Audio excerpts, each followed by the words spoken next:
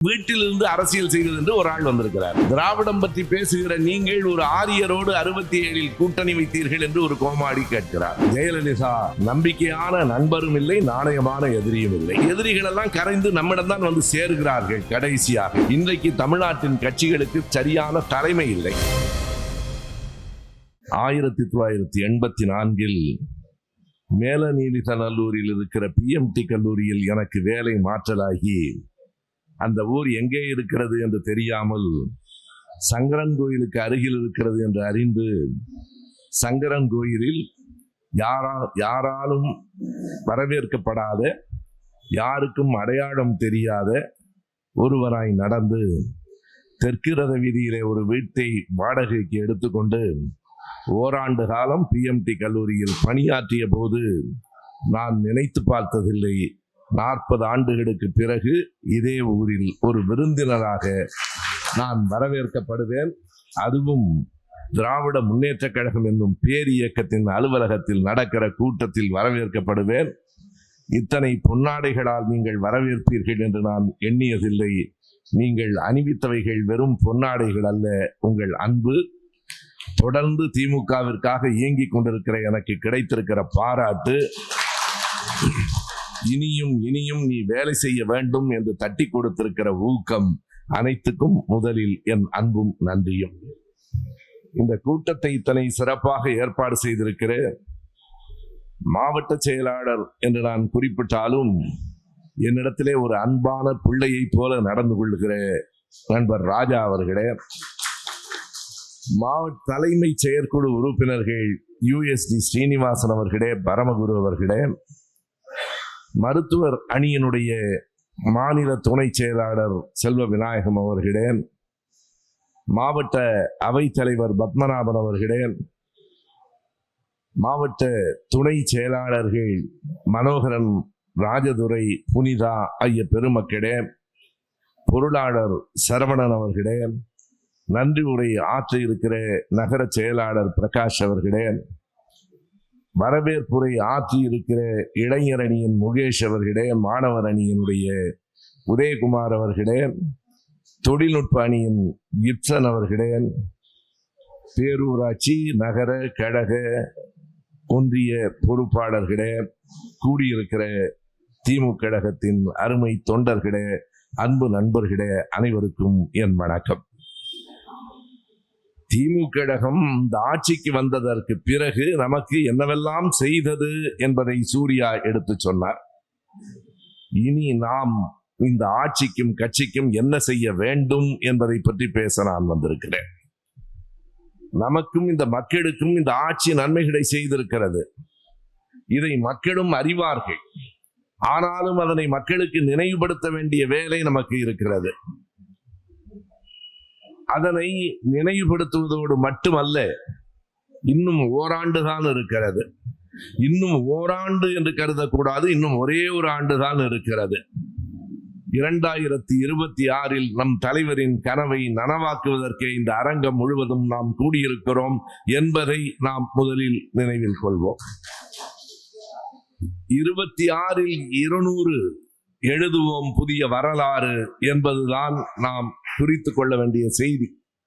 ஏன் புதிய வரலாறு என்று சொல்லுகிறேன் தெரியுமா?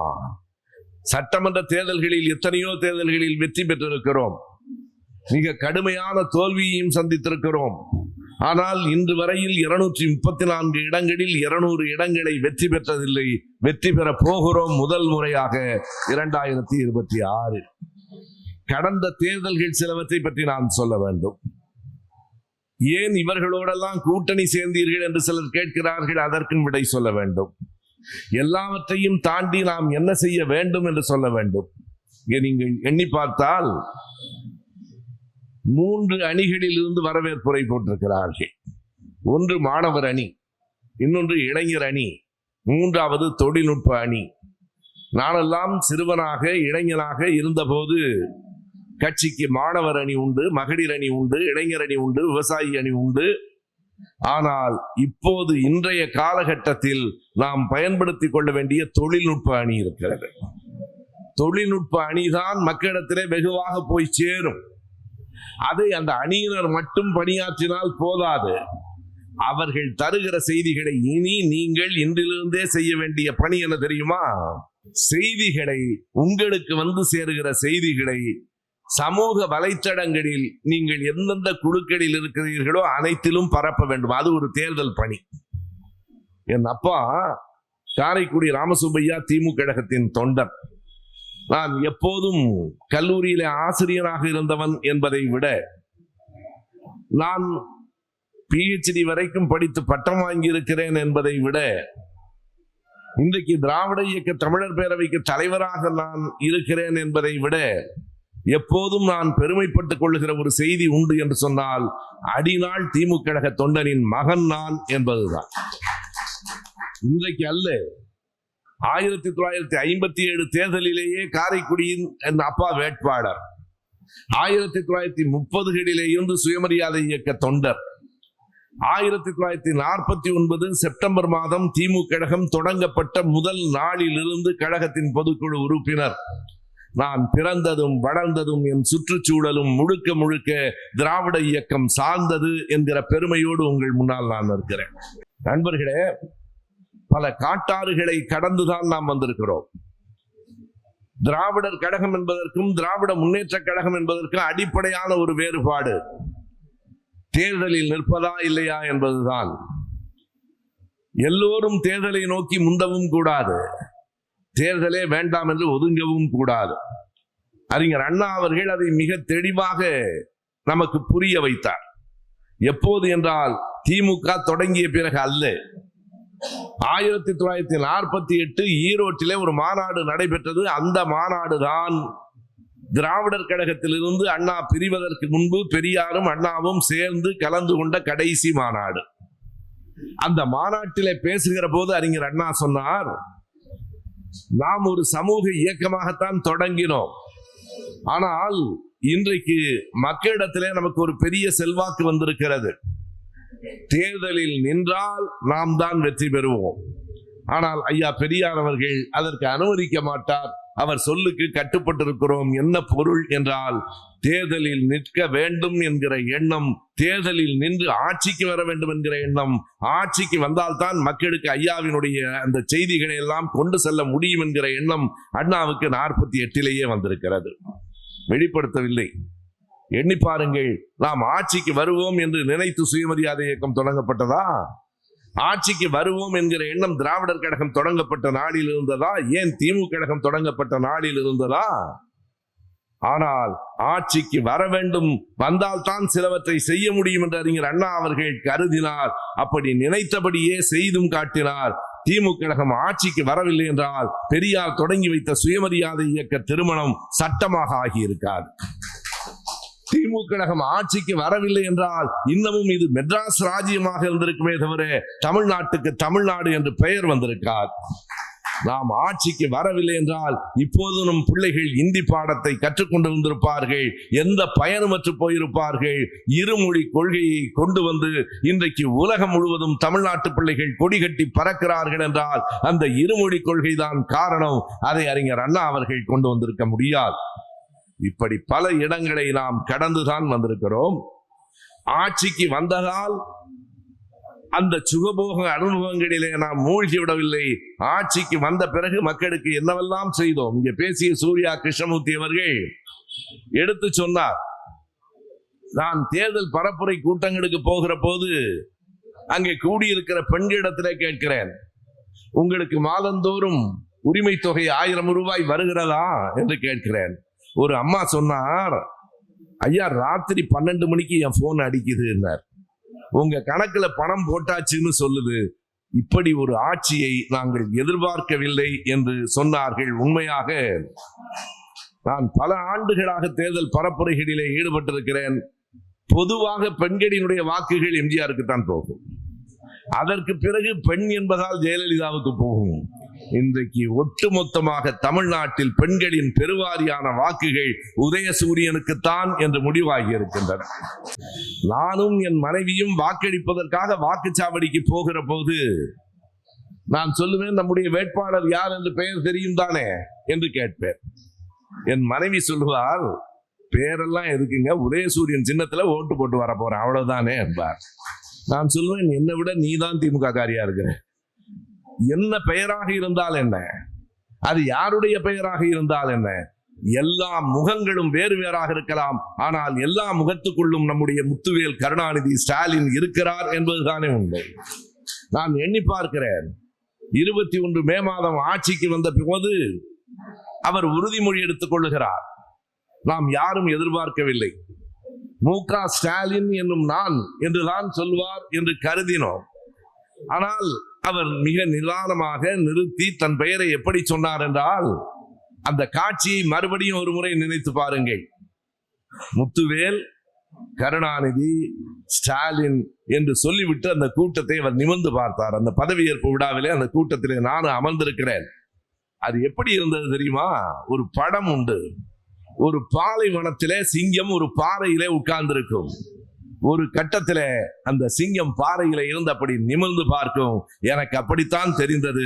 முத்துவேல் கருணாநிதி ஸ்டாலின் என்று சொல்லிவிட்டு அவர் நிமிர்ந்து பார்த்த போது அவர் மட்டுமல்ல, தமிழ்நாடு நிமிர்கிறது என்பதை அவர் காட்டினார். எனவே இன்றைக்கு பெண்களினுடைய ஆதரவு பெரிதாக நமக்கு கிடைத்திருக்கிறது. வரப்போகிற தேர்தலை நாம் எப்படி எதிர்கொள்ளப் போகிறோம்? புதிதாக ஒரு எதிரி வந்திருக்கிறார். நம்ம சூர்யா கிருஷ்ணமூர்த்தி ரொம்ப நல்லா சொன்னார். இந்த கொரோனா வந்ததற்கு பிறகு ஒர்க் ஃப்ரம் ஹோம் என்று ஒன்று வந்தது. வீட்டிலிருந்து வேலை செய்வது. வீட்டிலிருந்து பல பேர் வேலை செய்யல, பிள்ளைகளோட படிப்பெல்லாம் வீணா போச்சு. ஆனால் இப்போதுதான் முதலாக அரசியலில் இருந்து வீட்டிலிருந்து அரசியல் செய்வது என்று ஒரு ஆள் வந்திருக்கிறார். எங்காவது வெள்ளம் வந்தால் நீ வெள்ளம் வந்த இடத்திற்கு போய் உதவி செய்ய வேண்டுமே தவிர, மக்கள்லாம் என் வீட்டுக்கு வந்து அரிசி மூட்டை வாங்கிக் கொள்ளுங்கள் என்று சொல்லுவது மக்களை அவமதிப்பது. எனவே இப்படி எதிரிகள் பலர் வந்திருக்கிறார்களே என்று கவலைப்படாதீர்கள். எதிரிகளின் எண்ணிக்கை கூட கூட அது நமக்குத்தான் நல்லது. நம் எதிர் வாக்குகள் தான் பிரியும். நண்பர்களே, ஏன் திராவிடம் பற்றி பேசுகிற நீங்கள் ஒரு ஆரியரோடு 67 கூட்டணி வைத்தீர்கள் என்று ஒரு கோமாடி கேட்கிறார். ஏன் பாரதிய ஜனதா கட்சியோடு 98 கூட்டணி வைத்தீர்கள் என்று சிலர் கேட்கிறார்கள். நாம் அதற்கு விடை சொல்லியாக வேண்டும். எப்போதும் நாம் கொள்கையிலே இருந்து நழுவி கூட்டணிகளை வைத்துக் கொள்ளவில்லை. ஏன் 67 ராஜாஜியோடு கூட்டணி? திருப்பி சொல்லுங்கள் நண்பர்களே, நாம் ராஜாஜியோடு கூட்டணி வைத்துக் கொள்ளவில்லை, ராஜாஜி நம்மோடு கூட்டணி வைத்துக் கொண்டார். அதுதான் உண்மை. 1937 ஆண்டு இந்தியை திணித்த ராஜாஜி அவர்கள் 67 இந்திய அரசமைப்பு சட்டத்தின் 17வது பிரிவை நீக்க வேண்டும் என்று கோரிக்கை விடுத்ததோடு மட்டுமல்லாமல் திமுக கொடுத்த கோரிக்கையில் சுதந்திரா கட்சி உறுப்பினர்களும் கையெழுத்திட்டார்களே, அவர் நம் பக்கத்திலே வந்தார், நாம் கூட்டணியிலே இணைத்துக் கொண்டோம். அவர்தான் இந்த கொள்கையை நோக்கி வந்தார். இங்கிலீஷ் ஹிந்தி நெவர், இங்கிலீஷ் எவர் என்கிற முழக்கத்தை ராஜாஜி கொடுத்தார். எந்த ராஜாஜி? இந்தியை எல்லோரும் படிக்க வேண்டும் என்று 37 சொன்ன ராஜாஜி திமுக கழகத்தின் தாக்கம் காரணமாக, திமுக கழகத்தின் வளர்ச்சி காரணமாக 67 என்ன சொன்னார்? ஹிந்தி நெவர் என்றார். ஹிந்தி நெவர், இங்கிலீஷ் எவர் என்று அவர் சொன்னார். எனவே நம் கொள்கையின் பக்கம் வந்ததால் ராஜாஜி நம்மோடு கூட்டணிக்கு வந்தாரே தவிர நாம் ஒன்றும் அவர் பின்னால் கூட்டணிக்கு போகவில்லை.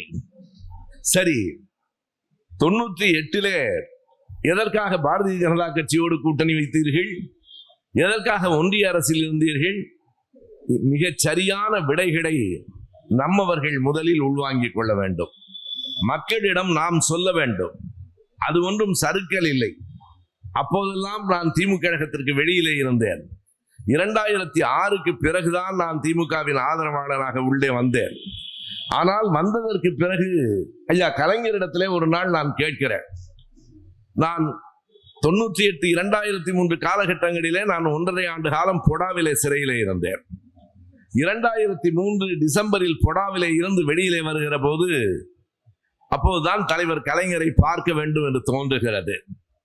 அறிவாலயத்திலே மாலையை அணிவித்து கலைஞரை பார்த்த போது தலைவர் சொன்னார், நானும் மருத்துவர் தாயப்பனும் போயிருந்தோம், 2 பேரும் விடுதலையாகி வந்திருக்கிறோம், நீங்கள் சிறையிலே இருந்து வந்தது எனக்கு மிக்க மகிழ்ச்சி என்றார்.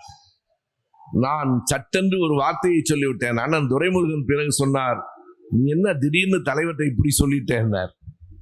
நீங்கள் சிறையிலே இருந்து வந்தது, வெளியில் வந்தது மிக்க மகிழ்ச்சி என்று கலைஞர் சொன்னார். நான் சொன்னேன், ஐயா, நாங்கள் சிறையிலிருந்து வெளிவந்ததை விட நீங்கள் பாஜகவை விட்டு வெளியில் வந்தது எனக்கு மிக்க மகிழ்ச்சி என்று சொன்னேன்.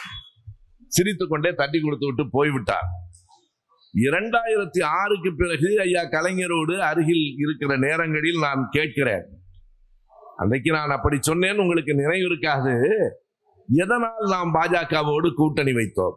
ஐயா கலைஞர் சொன்ன அந்த காரணத்தை சொல்லுகிறேன், அதை கவனத்தில் கொள்ளுங்கள், யாராவது கேட்டால் மக்களிடம் சொல்ல வேண்டும். மிகச் சரியான காரணத்தை அவர் சொன்னார். நாம ஒன்றும் வலிந்து போய் அவர்களை ஆதரிக்கவில்லை, ஒன்றிய அரசில் ஆட்சியில் இருக்கிறார்கள் என்பதற்காக ஓடி போய் ஒட்டி கொள்ளவில்லை. அன்றைய சூழல் என்னவாக இருந்தது? 96ல் நம்முடைய ஆட்சி வந்திருக்கிறது. அங்கே ஒன்றிய அரசில் மாறி மாறி குஜரால் வந்தார், பிறகு தேவகவுடா வந்தார். 13 நாள் அந்த ஆட்சி, வாஜ்பாயினுடைய ஆட்சி கவிழ்ந்தது. மறுபடியும் வெற்றி பெற்றார்கள். அப்போது பிஜேபிக்கு கூட்டணியில் ஆதரவாக இருந்த ஜெயலலிதா ஒரு நிபந்தனையை வாஜ்பாய்க்கு வைத்தார். இது வரலாற்றில் மிக முக்கியமானது. டீ பார்ட்டி என்று சுப்பிரமணியன் சாமி கொடுத்த டீ பார்ட்டி என்பது இந்தியாவில் ஒரு முக்கியமான செய்தி. ஒரே ஒரு தேநீர் விருந்து. ஜெயலலிதா ஒன்றைத்தான் அழுத்தமாக வாஜ்பாய் இடத்திலே வைத்தார். தமிழ்நாட்டுக்கு நன்மை செய்ய வேண்டும், கேட்கவில்லை. தமிழ்நாட்டுக்கு இன்றைக்கு நாம் கேட்கிறோமே, வரியை இத்தனை தூரம் எங்களிடம் வாங்கி நீ உத்தரப்பிரதேசத்துக்கு கொடுக்கிறாய், ஏன் தமிழ்நாட்டுக்கு தர மறுக்கிறாய் என்று ஜெயலலிதா கேட்கவில்லை. ஜெயலலிதா வைத்த கோரிக்கை எல்லாம் ஒன்றே ஒன்றுதான், தமிழ்நாட்டில் நடந்து கொண்டிருக்கிற திமுக ஆட்சியை நீங்கள் கலைத்து விட்டால் உங்களுக்கு நான் தொடர்ந்து ஆதரவு தருவேன், இல்லை என்றால் என் ஆதரவை விலக்கிக் கொள்வேன். இது அப்படியே இருக்கிறது. இவையெல்லாம் நாம் புதிதாக புனைந்து சொல்லவில்லை. வாஜ்பாய் என்ன நினைத்தாரோ தெரியாது, ஒருவேளை இப்படி நான் நினைத்திருக்கலாம். என்றைக்கும் ஜெயலலிதா நம்பிக்கையான நண்பரும் இல்லை, நாணயமான எதிரியும் இல்லை.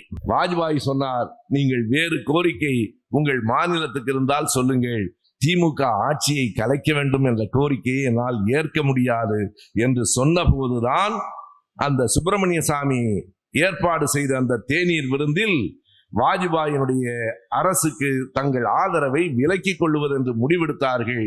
கலைஞர் கேட்டார், பல இடங்களில் எழுதியிருக்கிறார், என்னோடு பேசும்போதும் சொன்னார், நீ இப்ப சொல்லுப்பா, நம்மை கலைப்பதற்காக அவர்கள் ஆட்சி கலைக்கப்படுகிறது என்றால் நாம் ஆதரவு கொடுத்து அந்த ஆட்சியை நிலைக்க வைக்க வேண்டாமா என்று கேட்டார். அது ஒரு நன்றி உணர்ச்சி இல்லையா? நம்மை கலைக்க முடியாது என்று சொன்னதற்காக அந்த ஆட்சி கலைகிறது. கவலைப்படாதீர்கள், நாங்கள் இருக்கிறோம், நீங்கள் உங்களோடு இருப்போம், உங்கள் ஆட்சியை காப்பாற்றுவோம் என்று காப்பாற்றியதுதான் கலைஞரினுடைய மிக பெருந்தன்மை. என்ன ஒரு விபத்து நடந்து விட்டதென்றால், 2001 தேர்தலில் அவர்கள் கூட்டணியில் இருந்ததால் ஹெச் ராஜாவெல்லாம் சட்டமன்றத்தை பார்க்க உள்ளே போய்விட்டார். நான் இதுவரையில் சட்டமன்றத்தை ஒரே ஒரு முறை பார்வையாளனாகத்தான் போய் பார்த்திருக்கிறேன். ராஜா அவர்களை போல நாம் எப்போதும் நான் எங்கேயும் உறுப்பினராக போனதில்லை. என்ன ஒரு அதிலும் ஒரு துயரம் என்றால், தலைவர் அவர்கள் ஆட்சியிலே அண்ணா சாலையில் இருக்கிற புதிய அந்த சட்டமன்ற அலுவலகத்திலே அந்த சட்டமன்றத்தை பார்ப்பதற்காக நான் ஒரு முறை போனேன். அங்கே இருக்கிற காவலர் என்னை உள்ளே விட மறுத்து விட்டார்.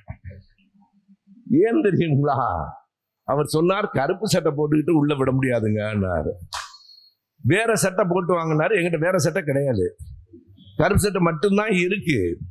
கருப்பு சட்டை போட்டு, ஏன் கருப்பு சட்டைக்கும் உங்களுக்கு என்ன பிரச்சனை? என்ன ஒரு அச்சம் இருக்கிறது அவருக்கு.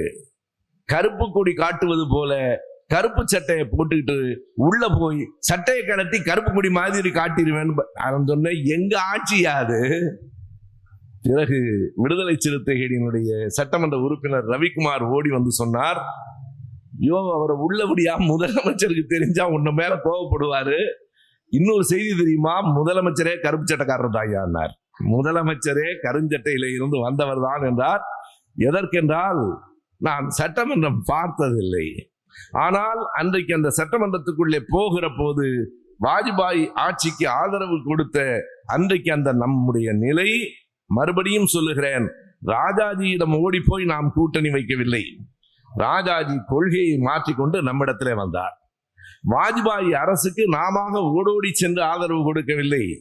நம் அரசை கலைக்க முடியாது என்று சொன்ன ஒருவருக்கு அவர் அரசு கலையாமல் பார்த்து கொள்வதற்காக ஆதரவு கொடுத்தோம். இந்த 2 செய்திகளையும் நீங்கள் கவனத்திலே வைக்க வேண்டும். ஆகையினாலே நம்முடைய ஒவ்வொரு செயலுக்கு பின்னாலும் ஒரு காரணமும் ஒரு நியாயமும் இருக்கிறது. நல்லது நண்பர்களே, நம்முடைய தேர்தலில் நாம் பெற்ற வெற்றிகளில் நான் முதலிலேயே சொன்னேன், 200 என்பது புதிய வரலாறு என்று. பழைய வரலாற்றில் எது உச்சம்?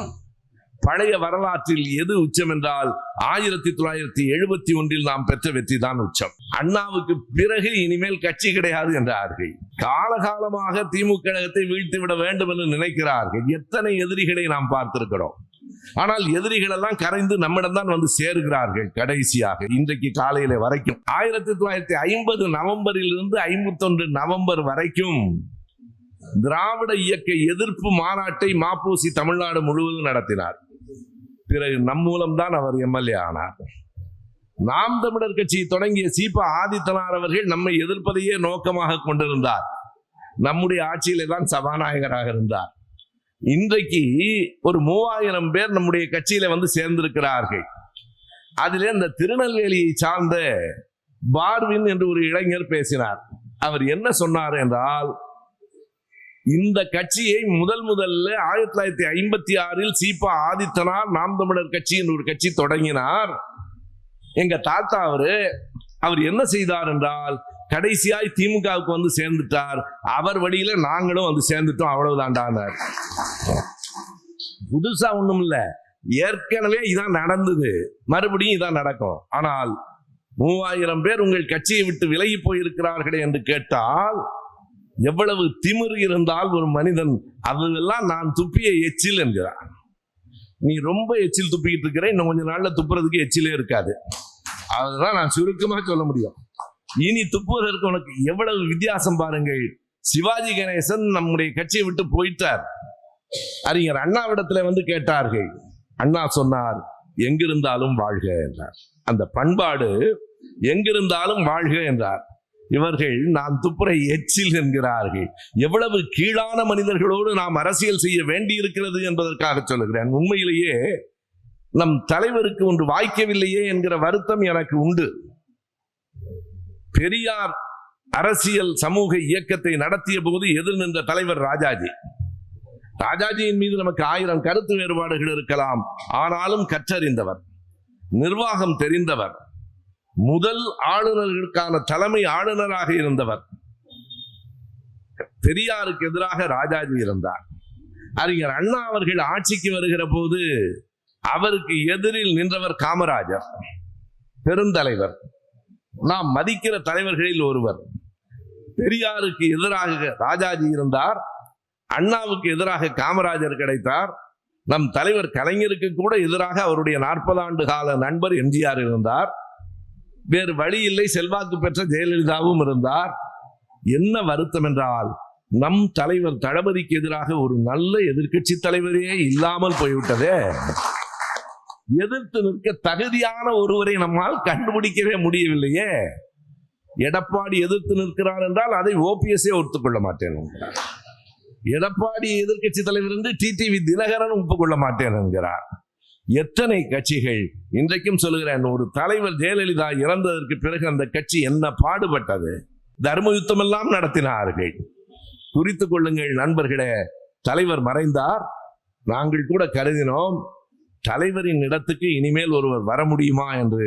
முடியும் என்று வந்து தலைவரை போலவே ஆட்சி இன்றைக்கு அவர் நடத்தி கொண்டிருக்கிறார். தம்பி சூர்யா சொன்னது போல அது தலைவரை குறைத்து மதிப்பிடுவதில்லை, தலைவரை தாண்டியும் அவர் செயல்படுகிறார் என்று சொல்லுவதுதான் தலைவருக்கு பெருமை. பெரியார் அவருடைய கட்சியை இன்றைக்கு ஒரு பக்கத்தில் திமுக கழகம், இன்னொரு பக்கத்தில் ஆசிரியரும் நிறுத்தி வைத்திருப்பதுதான் பெரியாருக்கு பெருமை. என்ன நினைத்தார்கள்? அண்ணாவோடு கட்சி முடிந்து போய்விடும் என்றார்கள். திருக்குவளை கண் விழித்தது. அண்ணாவை தாண்டி 49 ஆண்டுகள் திமுக கழகத்துக்கு தலைவராக கலைஞர் இருந்தார். கலைஞருக்கு பிறகு யார் இருக்கிறார்கள்? ஒருவர் சொன்னார், ஸ்டாலினோட ஜாதகம் கட்டத்தை எல்லாம் நான் சோதிச்சு பார்த்துட்டேன், முதலமைச்சரா வர முடியாதுன்னார். அவரு கட்டத்தை சோதிச்சு பார்த்தா ஸ்கவுட்டுக்கு கூட தலைவரா வர முடியல. நீ முதலமைச்சரா இல்ல, ஸ்கவுட்டு கூட வர முடியல. கலைஞரோடு முடிந்ததென்றார்கள். கம்பீரமாய் எழுந்தார் நம் தளபதி. எண்ணி பாருங்கள், அவர் சொன்னது போல அடுத்தடுத்து 3 தேர்தல்களில் வெற்றிக்கு மேல் வெற்றி. தலைவர் கலைஞர் அவர்கள் வந்தபோது 71 தேர்தலை பற்றி நான் சொல்ல வேண்டும். மிக கடுமையான எதிர்ப்பு. ஏனென்றால் அப்போது எதிர்த்து நின்றவர்கள் யார் தெரியுமா? கலைஞரே ஒரு தலைவர் அல்ல, 2 பெரும் தலைவர்கள். காமராஜரும் ராஜாஜியும் கைகோத்து கொண்டு காங்கிரஸ்ல இருக்கும்போதே 2 பேருக்கும் ஒத்து வராது. காங்கிரஸில் 2 பேரும் ஒன்றாக இருந்த காலத்திலேயே காமராஜர் அணி ராஜாஜி அணி என்று உண்டு. 2 பேரும் கைகோத்து கொண்டு நின்றார்கள். ஊடகங்கள் எல்லாம் எழுதின, முடிந்தது, அண்ணா இல்லை, இனிமேல் கலைஞரால் தேர்தலில் வெற்றி பெற முடியாது, காமராஜர் தான் அடுத்த முதலமைச்சர். நண்பர்களே, நீங்கள் பழைய செய்தியை புரட்டி பார்த்தால் தெரியும். FV அருள் என்று காவல்துறையினுடைய அதிகாரி தேர்தல் முடிவு வருவதற்கு முன்பே காமராஜருக்கு பூங்கொத்து கொடுத்து நீங்கள் தான் அடுத்த முதலமைச்சர் என்றார். ஆனால் யாரும் எதிர்பார்க்கவில்லை. என்னவெல்லாம் புரளியை கிளப்பினார்கள். சேலத்தில் ராமர் படத்தை பெரியார் செருப்பால் அடித்து விட்டார் என்றார்கள். அங்கே நடந்தது வேறு. நண்பர்களே, ஊர்வலம் போய் கொண்டிருந்தது.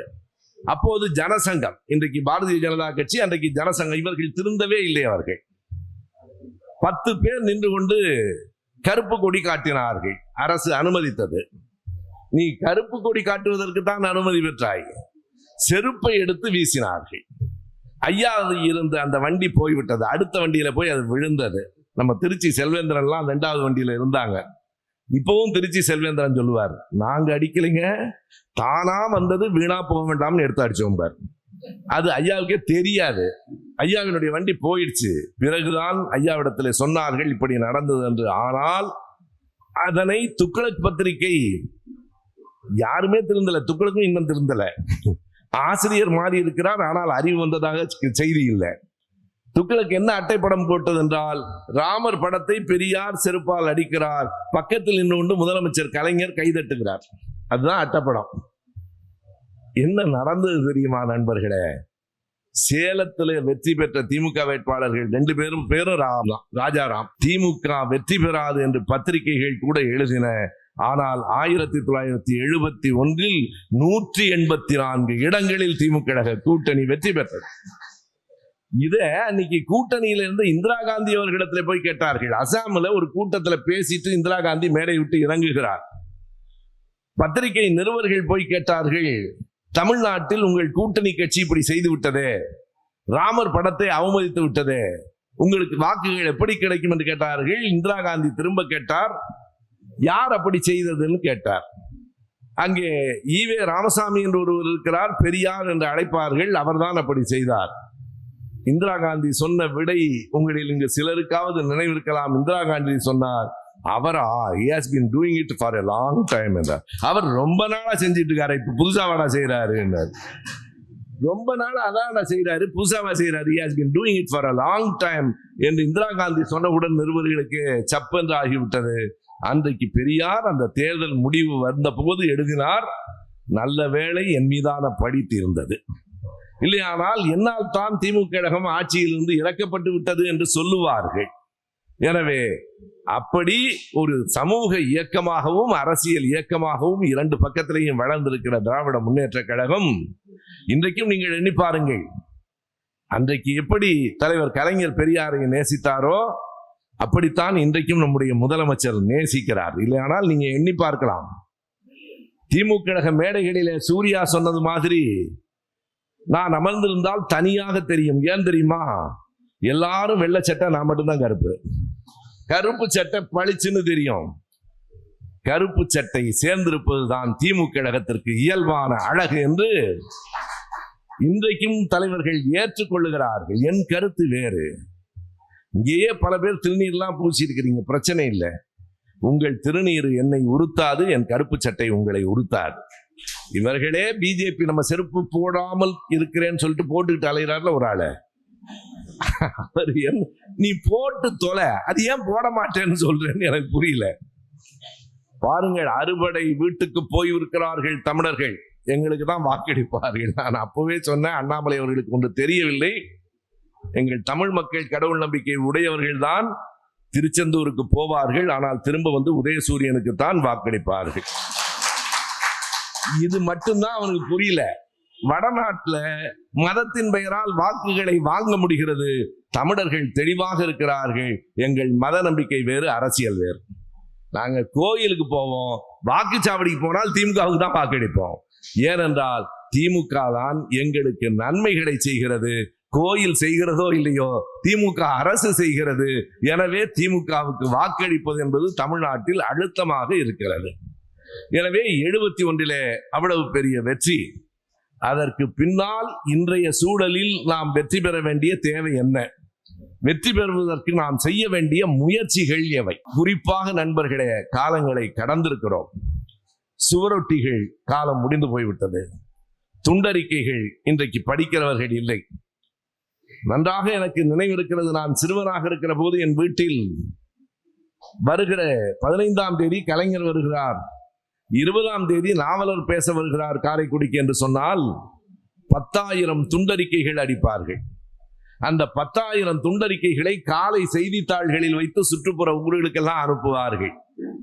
இப்போதும் நம்முடைய செய்தித்தாள்களில் துண்டறிக்கை வருகிறது, யாரும் படிக்கல.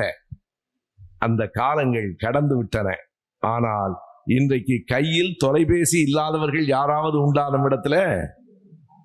அந்த தொலைபேசியும் எல்லோர் கையிலும் எப்போது வந்தது, எப்படி வந்தது என்றால் ராசா அவர்கள் அங்கே அமைச்சராக இருக்கிற போதுதான் நமக்கு வந்து சேர்ந்தது.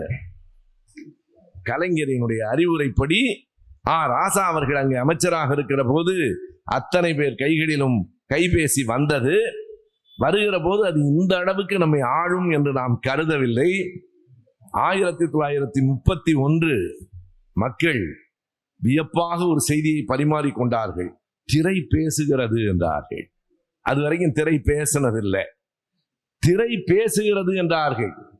திரை பேசியதோடு நிற்கவில்லை, மக்களை ஆளவும் செய்தது. பெரிய திரை. 76 வீட்டுக்கே ஒரு திரை வந்தது. அது கொஞ்சம் சின்ன திரை. தொலைக்காட்சி நம் குடும்பத்தில் ஒருவராக இல்லை, குடும்ப தலைவராகவே மாறிவிட்டது. நாம என்ன துணி வாங்கணும், என்ன பொருள் வாங்க வேண்டும், எல்லாவற்றையும் அது சொன்னது. முதலில் ஒரு பெரிய திரை, அடுத்தது வீட்டுக்கு வந்த சின்ன திரை, இப்போது கையில் இருக்கிற குட்டி திரை. இந்த திரை தான் உலகை இன்றைக்கு ஆள்கிறது. அதான் சொன்னார், இங்க ஒரு வாட்ஸ்அப் குழு ஒன்று இருக்குன்னாரு. வெறும் வாட்ஸ்அப்லயே ஒருத்தன் கட்சி நடத்திட்டு இருக்கிறாங்க. நாம் அப்படி அல்ல. கிளைகள் இருக்கிறது. திமுகவின் வலிமை என்ன என்பதை நாம் உணர வேண்டும், மக்களுக்கு சொல்ல வேண்டும். எந்த ஒரு கட்சிக்கும் எது வலிமை என்றால், ஒரு கட்சி என்பது ஒரு பெரிய மரம் என்று கற்பனை செய்து கொண்டால் கொள்கைதான் வேர், தலைமை அடி மரம்தான் தலைமை, அந்த கிளைகள் தான் அமைப்பு. இந்த 3இல் 1 அல்லது 2 தான் மற்ற கட்சிகளுக்கு வலிமையாக இருக்கும். நான் முதலிலேயே குறிப்பிட்டேன், இன்றைக்கு தமிழ்நாட்டின் கட்சிகளுக்கு சரியான தலைமை இல்லை. பல பேர் கொள்கை என்ன என்று கேட்டால் ஏன் சொல்ல மறுக்கிறார்கள் என்றால் தெரியாது என்பதல்ல, அப்படியெல்லாம் ஒன்றும் வைத்துக் கொள்ளவில்லை. ஒரு கட்சி ஆரம்பிச்சிருக்கான், கொள்கை என்கிற வேர் உண்டு, தலைமை என்கிற சரியான அடிமரம் உண்டு, பறந்து விரிந்திருக்கிற கிளைகள் உண்டு. 3ம் திமுக கழகத்திற்கு அன்றும் உண்டு, இன்றும் உண்டு. இப்போது இந்த செய்திகளை நாம் எந்த அளவுக்கு விரைந்து கொண்டு செல்ல போகிறோம்? இங்கே மாணவர் அணி, இளைஞர் அணி, தொழில்நுட்ப அணி மிக சரியாகத்தான் போட்டிருக்கிறீர்கள். இந்த 3 அணிகள் தான் மக்களிடத்திலே விரைந்து செயல்பட வேண்டும். மகளிர் அணி இருக்கிறது, விவசாய அணி இருக்கிறது, தொழிலாளர் அணி இருக்கிறது, மீனவர் அணி இருக்கிறது. ஆனாலும் எல்லா அணிகளையும் கருத்துகளையும் வாங்கி மக்களுக்கு கொண்டு போய் சேர்க்கிற பணியை தொழில்நுட்ப அணி செய்தாக வேண்டும். மறுபடியும் சொல்லுகிறேன், அந்த அணியில இருக்கிறவர்கள் மட்டுமில்லை, நாம் ஒவ்வொருவரும் செய்தாக வேண்டும். நீங்கள் ஒவ்வொரு நாளும் இந்த கருத்துக்களை உங்கள் நண்பர்களுக்கு, உங்கள் குழுக்களுக்கு அனுப்புங்கள். எப்போது தேர்தல் வருகிற போதா? இல்லை, தேர்தல் வந்துவிட்டது என்று நினைத்து இப்போதிருந்து வேலையை தொடங்குங்கள். இந்த கூட்டமே நான் எப்படி கருதுகிறேன் என்றால், 2026 தேர்தல் பிரச்சார கூட்டம் தொடங்கிவிட்டது என்று நான் கருதுகிறேன். ஒருவேளை நான் இப்படி சொல்லலாம், தற்செயலாக அது சங்கரன் கோயிலில் தொடங்கி இருக்கிறது. இங்கே இருந்து அது பரவ வேண்டும். தமிழ்நாடு முழுவதும் இந்த உணர்வை ஊட்ட வேண்டும். இன்னும் ஓராண்டு இருக்கிறதே என்று சோம்பி இருந்துவிடக் கூடாது.